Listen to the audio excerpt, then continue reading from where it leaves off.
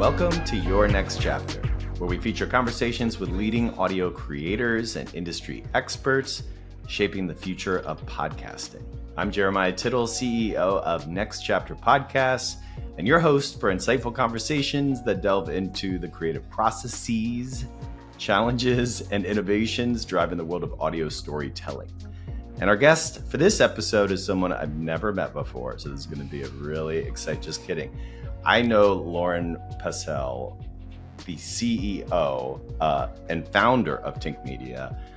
We've been working together for a while. She's an award-winning podcast marketing and PR company executive. She's the editor of Podcasts, the newsletter, which you better subscribe to. And Tink has been a long-standing partner, as I said, of Next Chapter Podcasts. Most importantly, Lauren and I are old friends. So Lauren, welcome to the show. Finally, you're a guest on Your Next Chapter. Thank you, JT. You're our favorite client. You're our longest running client. Longest running? Yes. This is amazing. And also perhaps in a sense, I talk about podcast friends and podcast friendships, and actually as something that makes me love my job and also that helps podcasts grow. Podcast friendships are important. And I think you might be one of my oldest podcast friends, and I mean it. So one of my most favorite. Yes, I'm serious. This is amazing. And you've said these things before. I'd be more pink and flush if you hadn't said such nice things before to me. But I didn't know that oldest. That's wonderful to hear. And I always love when we get to catch up at Podcast Movement and hang out and connect. But as I follow you online on social media, I understand you recently adopted a child and moved back to Philly. Yes. Congratulations. Thank you. How was first question because of that? How has your podcast listening changed since your family has grown and you've relocated? I'm curious. Well, I'm pretty stubborn about my podcast listening. So, Stella listens to podcasts that I'm listening to for now. So I don't know. I honestly don't think it's changed that much. No. I do think my Spotify algorithm is pretty messed up because I've been listening to a lot of children's music. However, there was already a lot of Disney music in there. No surprise. Yeah. So my Spotify algorithm will be interesting this year, but I still listen. I listen to things with her. I still make time for myself. So my listening hasn't changed. Seriously. There's a podcast though called it's called Baby Wordplay with Miss Pam. Okay. And I would like to recommend it to anyone with a baby. It is the first, maybe one of the only, but the best for sure, podcast for babies. And it's this librarian who she turned her kind of library sessions with babies into a podcast. And Stella seriously lights up whenever it's on. It gets in my head. Like wow. It's really, really cute. Anyway, so we've been listening to that too. That's been added to the mix. That's so cool. I'm wondering, do you have to, I guess, have earbuds on or something if you have some kind of true crime, whether it's for work or for enjoyment? She's too little. She's hearing it all for now. There will be a time when I guess I have to monitor that. But for now, she's hearing everything. She's amazing. Hearing it all. Yeah. That's so cool. How do you listen? Do you have like an Alexa on? What do you just have it playing in the background, or are you more? I usually have my headphones in. However, okay, so I listen pretty fast. Most of the time, there's certain shows I do not speed it up out of respect. But I save episodes throughout the week that I know my husband will like. And then on the weekends, or I guess at night when we're together, not doing anything, I put it in a playlist, the episodes I think he'll like, and he'll kind of DJ the episodes that I have chosen for him. And we listen to them throughout the house, like on the Sonos speakers and stuff. Nice. But he makes me listen at 1.0 speed because he's normal. And that is true love, JT, listening at 1.0 speed. So sometimes I listen at 1.0 speed, but we have this curated list that we listen to throughout the house. Otherwise, it's headphones. All right. And what's your speed? Because this is the nerdiest podcast question I've ever asked on this show. What is your speed? I mean, it depends. I think 1.7, I feel very comfortable. Like I feel fine. If I'm there's a show called Valley Heat that I never want to be over, and I listen at 1.0 for that because I never ever want it to end. You But savor it. uh-huh, yeah. I guess it depends. Music podcasts, I won't speed up. Really beautiful, like Imaginary Advice is a favorite I have that I won't speed up. So it totally depends. But That's cool. And do you think, well, I guess, I don't know, your husband also be spending time with you in New York for as long as you've been there for a long time. I was just curious, do you think that has any influence over the speed at which you listen to podcasts? The reason I ask is because New Yorkers talk really fast. they do. Yeah. I And you think have to like keep up. I've been listening. I'm trying my best. That was in English, right? Yeah. yeah, I think I need to talk to a therapist about that because it's like my entire life is on 1.7 speed. You know what I mean? Like I am 1.7 speed basically. Well, you are quite the partner, quite the wife to be able to sit through that 1.0 I know. speed. Thank you. That's a I'm big gonna compliment. I'm gonna play this episode for him on 1.0 speed. Are you So going yes, to? so that he Wow. has to hear that. So Justin, you're welcome. So, how long have you been listening to podcasts? Can you remember the first podcast you listened to? I started listening to this podcast called The Champs with Moshe Kasher and Neil Brennan. Nice. And that was a pretty long time ago before Serial. Um, Pre-serial. That's all you have to say. It's like yeah. before Christ and after. Yeah, And no exactly. Domini. But that was exciting for me because I was like, "Oh, other people are getting into it." Like, yes, yes, yes. I think I started because I was injured and on crutches, and he wanted something to listen to while I was on crutches, hobbling around. That's cool. And then Nick also wanted me to ask you, I'm going to blame him for this. What's the most extended period you've spent listening to podcasts in a single day? Do you know the answer to that? Probably because I go to Taiwan often and Oh, not yeah. often, somewhat often. And I feel like I get, when you travel back, you get like your day is like extra long, right? And I'm probably listening the entire flight. So that's probably like, I don't know, 20 hours in a day, right? I don't know. I Whoa. haven't done the math, but think about it. You're basically traveling time when you fly there. And I'm You really listening are. probably the entire time. So yeah, beat that.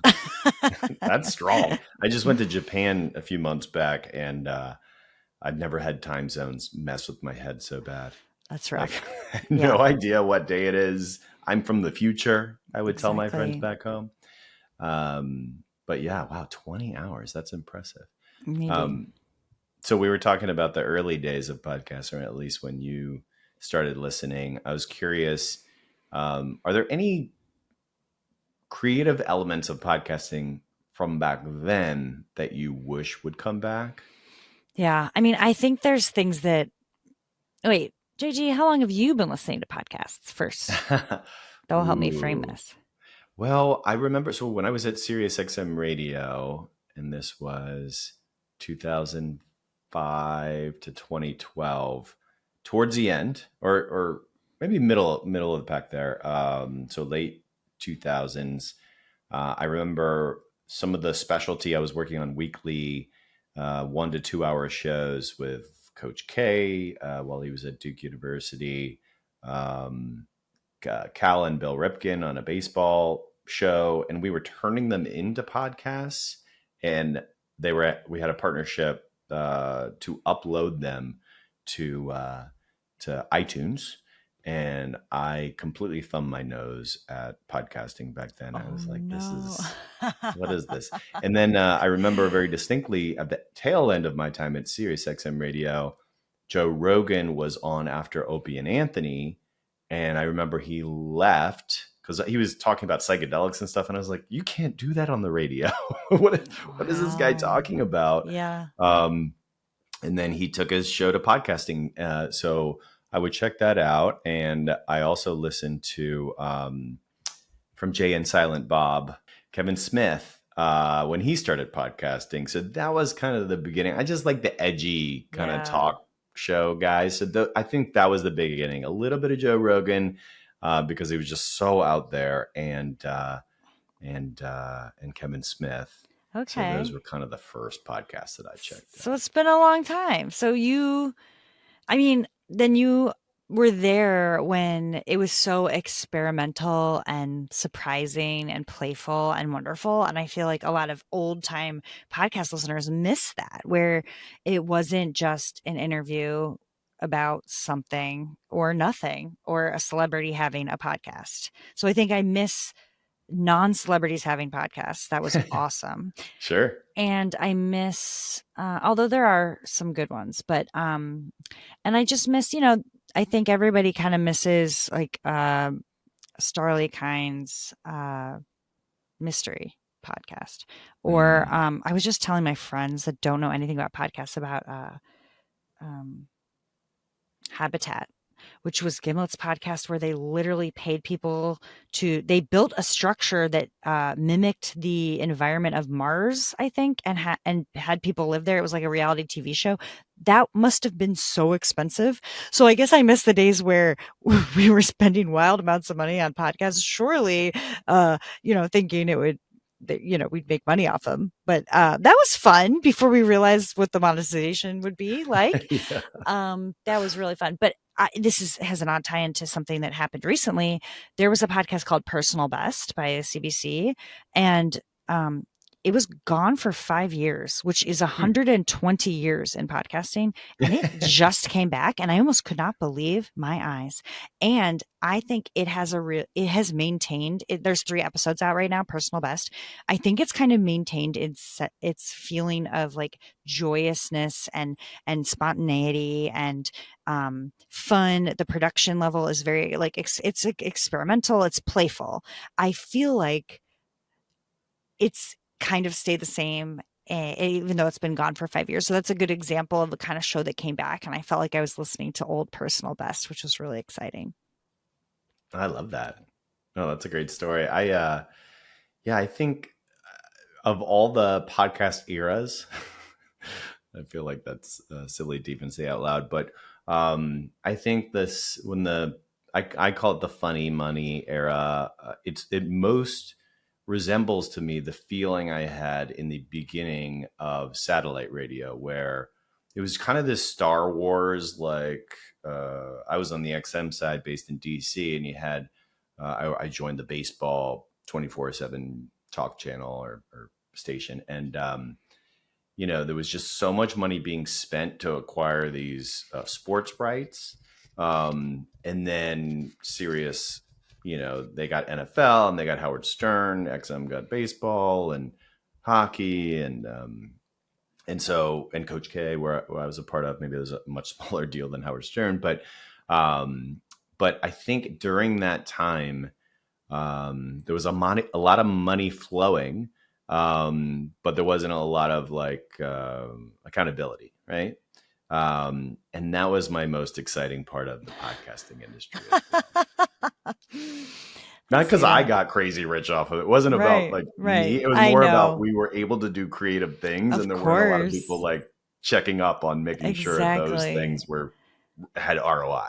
You Aren't know, aren't you glad we got to be there for that? Yes, that's very exciting. Wait, 100%. do you like baseball? Like are you a personal fan of baseball, or was it always just with work? I was kind of like much more. I still am much more of a basketball fan, and then I at SiriusXM I launched the soccer 24/7 soccer channel, and SiriusXM FC. Those two sports have been the most persistently loved by me. But I will say, when I went head first, and it was my first full time job in radio, working at XM on the baseball channel, is that I fell in love with it.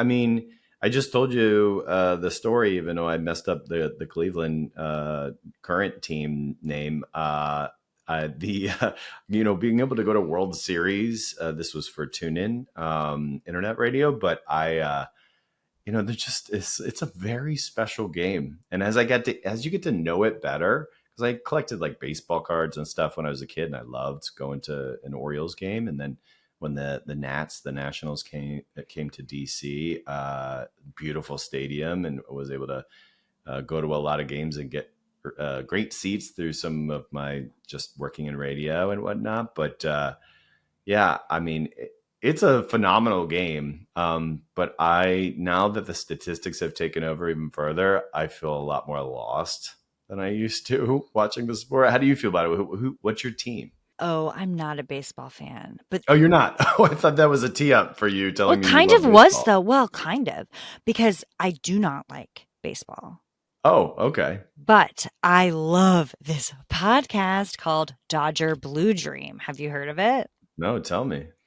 It's Richard Parks III, who he was a producer for Seth Rogen's podcast, which was the best celebrity podcast of all time. Richard's Famous Food podcast, which is basically it sounds like Pee-wee's Playhouse is like Pee-wee's brain. But it's about food. It's amazing. But he has this baseball podcast, which I do not like baseball. I love it. And it's kind of like because it makes you care about the people and the storytelling, and it sounds very like zany. The production is incredible. Anyways, I'm just recommending it to you.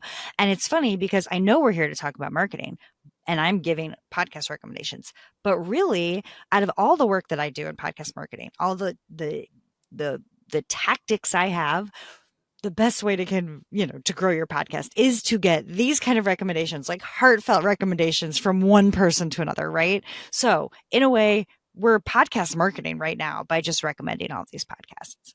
So, but That's a very good point. Dodger Blue Dream, I would look it up. It's incredible. So that is a huge endorsement. A sport you care so little about, and you actually enjoy the podcast about Yeah, it. seriously. Well, let me also answer the question I asked you, sort of on the forgotten creative elements of podcasting that we Yes. wish would come back. Some are still doing it, but this would be doubling down on what you just said, maybe on the sound effect department, sound design. Yeah. It's easy to kind of toss out there, but like to do it well, to kind of not over the top, not too little, like finding that balance is such an art. Yeah, of course, we're talking marketing, but great content's always going to win, and word of mouth is the best marketing, right? Your marketing won't work if you get a bunch of people to listen and then they listen and it's bad, or the the sound effect thing is interesting that you say that, because I'm getting a little tired of like the sound effects being that when they mention a door, you hear a door open. Like that's Hmm. you know what I mean? It's like we don't want to be cheesy or like too much. Yeah, Just it's hard to do, but it's hard to take a step you back. know it when you hear it. Yeah, exactly. No, that's such a good. But so I have been listening, more watching on YouTube, but because I'm a huge fan of the comedy Tim Heidecker Office Hours Mm-hmm. Live, and their Mm-hmm. use of sound effects is so over the top. It just works for me though. Oh yeah. Oh Like wait, that those sound effects go so far that they turn around and come back to perfect. They go past exactly, perfect to terrible and then all the way back to perfect. you're so Absolutely. right. Yeah, you got to they commit to the bit, and I respect that. Full on, and they have their own drops, and then they'll put sound effects on those drops, and they're self-referential. They're kind of making fun of themselves at all Yes. times, and it works somehow for me. I'll only Agree. speak for myself. I agree. Um, so you host podcast marketing therapy sessions where indie creators can bring you their most significant challenges in growing their shows. So what's the most common question or issue people bring to you? Well, people right now they want to talk about YouTube. They ask me if they need to be on YouTube. They ask me about my favorite social media tricks. Hmm. Um, and the other thing that I think they ask me about is, I mean, it all comes back to growth. They want to know what a good metric is, what a good number for success is. Um, and I think Hard another, questions. yeah, they're hard I mean, I think questions. they're hard. Maybe you find them easy. Yeah, no, because none of them, are the same for everyone. Totally. And I think anybody in podcast marketing that says, I have this final answer for this one thing is lying, because, an example is, I almost always tell people not to worry about social media. It doesn't really grow podcasts. I almost always say that. Just this morning, I was on a call with someone and they said that, oh, and I always say, do not spend money on social media. Oh, please, if you're one thing.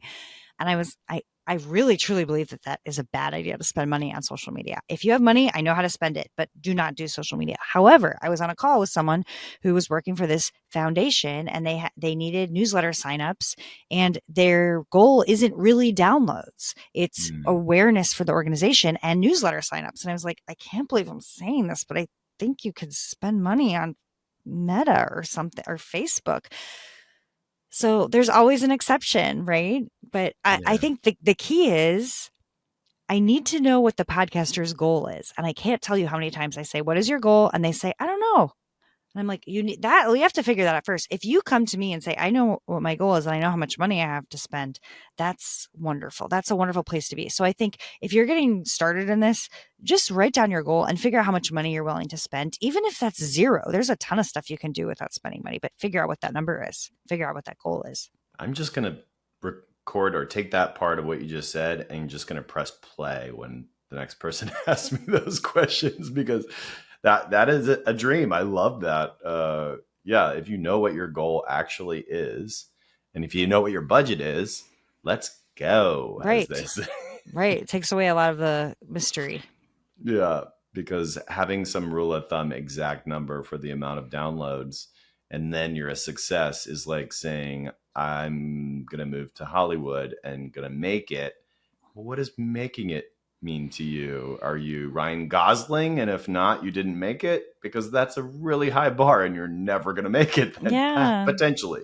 And sometimes I have clients that have like a business or something and they're having the podcast because they want, a new client every month or something. And their goals, I have some clients that their goal isn't millions and millions of downloads. Yeah, And I think another misconception, if I can get into the misconception go section for for a it. second, Would love I to. think people think that they have to have 10,000 downloads an episode to make money. And I think I spend a lot of time talking to people about how, you know, I think the CPM model that we use for that is kind of broken, and there's more creative ways to make money. So not really worrying about that download number. Um, so it all comes back to when you have a goal, don't only think about downloads. I think too many people focus on downloads. And Yeah. especially if you're a smaller show or you're just getting started, why are you worried about, you know, getting to 10,000? That's a very big number per episode. If you're just starting out, let's make other smaller goals first. And I do think those smaller shows can monetize. And I would love it if we had other goals that were not tied to download numbers.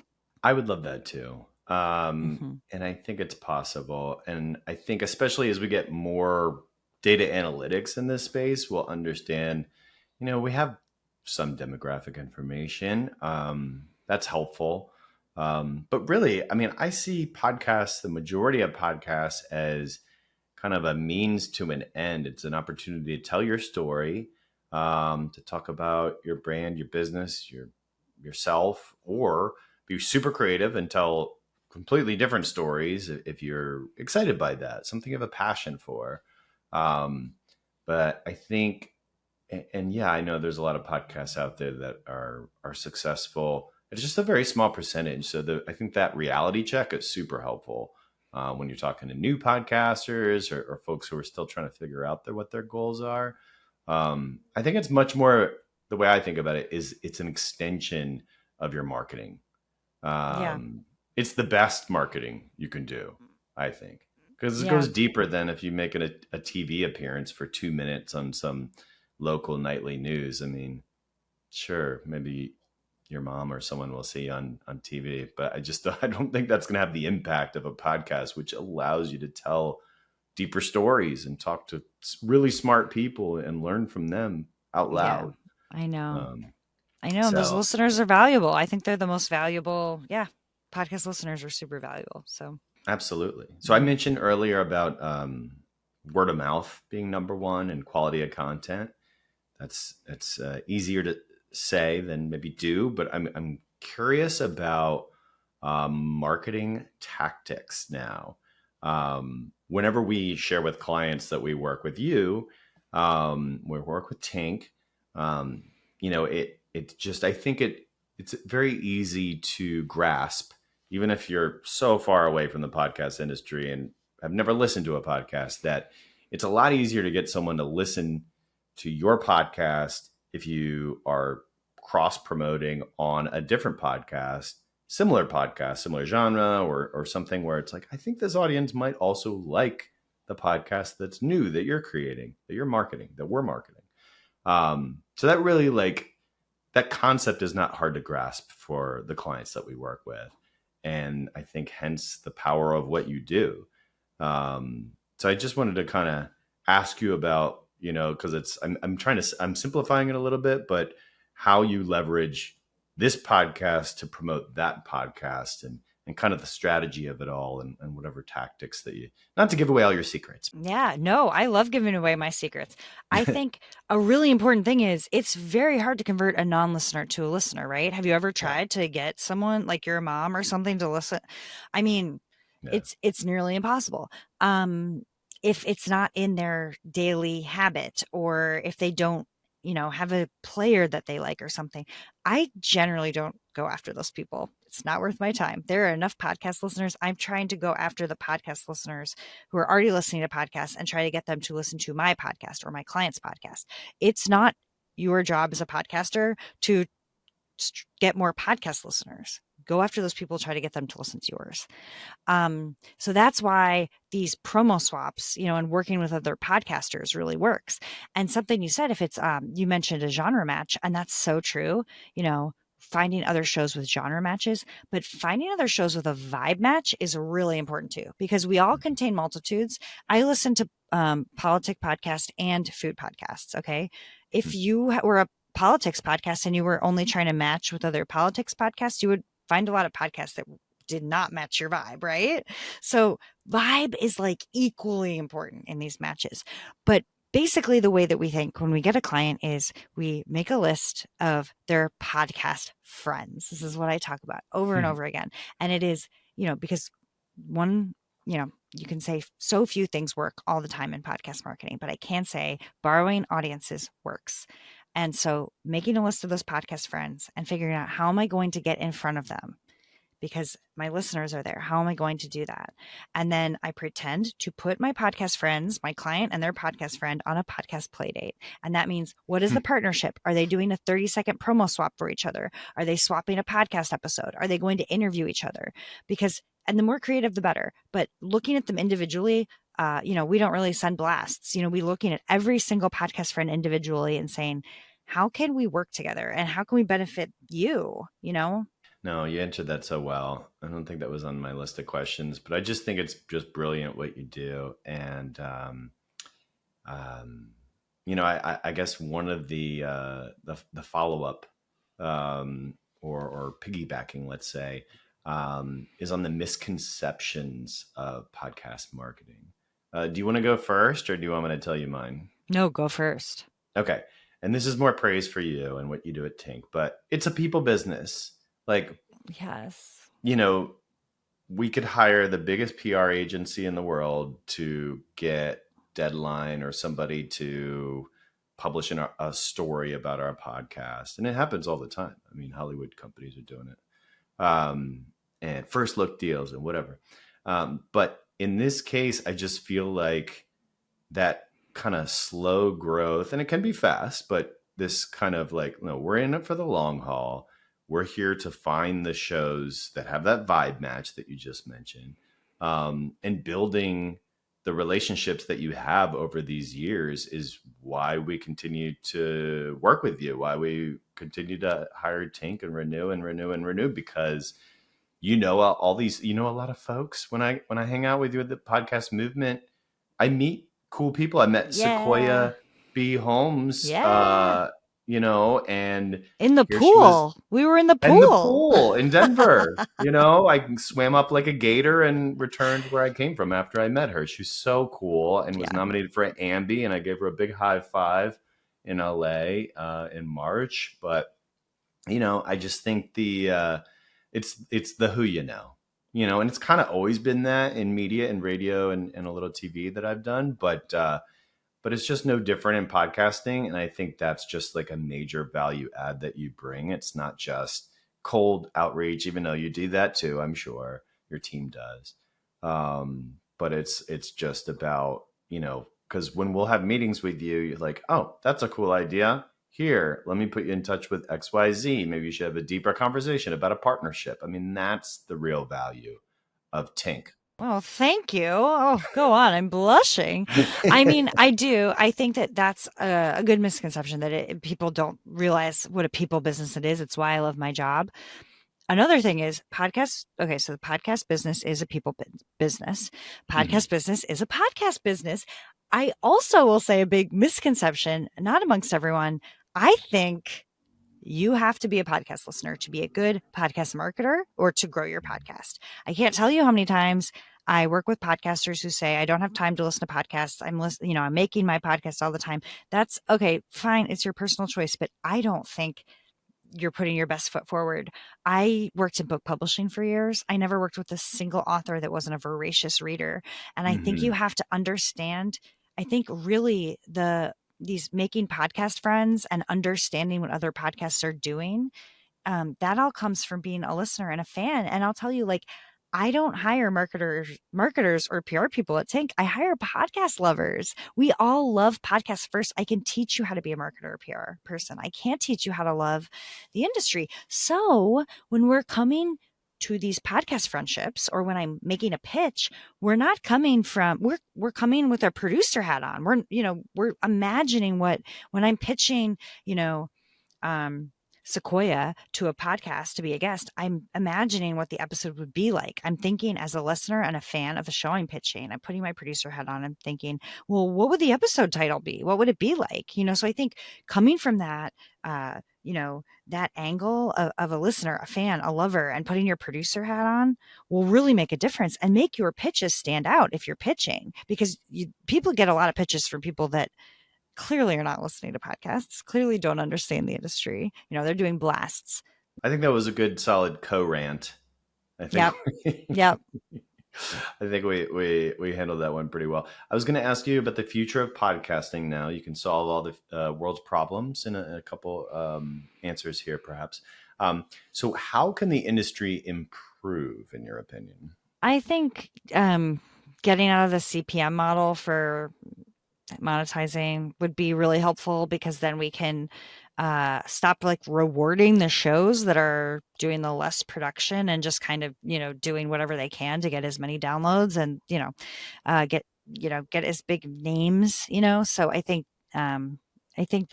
that would make it better. I think we are kind of getting in the direction where we're letting more diverse voices tell their stories. I think we're kind of in my opinion, we're on a good path towards that goal, right? Of getting more diverse voices in people's ears. I hear people say that they don't think that's true. And I'm like, well, you're in the wrong bubble then, because in my world, in my bubble, in my listening, it kind of reminds me of people complain about celebrity podcasts a lot. I don't listen to celebrity podcasts. They're like, so I don't worry about them. It's like you can also choose what you're listening to. So I know I just went off on a little bit of a tangent, but it's cool. I think anyway, how would you answer that question? How can the industry improve? I think the industry, as I'm understanding the recent trend post Funny Money, like the Star Wars example I gave you, I think the recent trend of the always on, more driven by money, is it creates a challenge for creators, and that challenge I think will be met and is being met with some cool concepts that are ongoing. However, the limited series, depending on who you ask, I don't want to say it's dying. I just want to say there's just going to be less and less unless they come from folks who have the resources or just the the gall, the hardcore passion for storytelling. Yeah. When we created our Shakespeare series, Play on Podcasts, I challenged Michael Goodfriend, our head of scripted fiction, to make this an always on podcast, an always on series.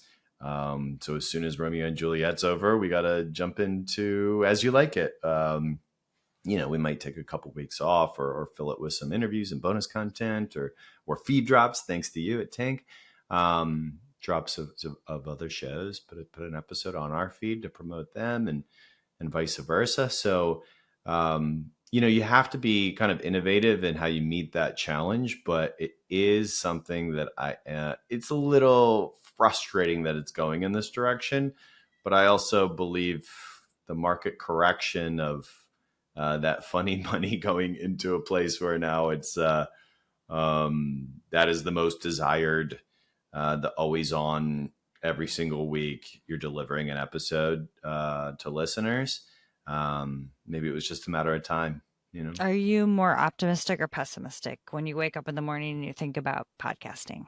I am optimistic that it's here to stay and continuing to grow. The Edison research, one of the reasons I love Podcast Movement is because that's when we get the report on how the industry is doing, and the numbers continue to go up.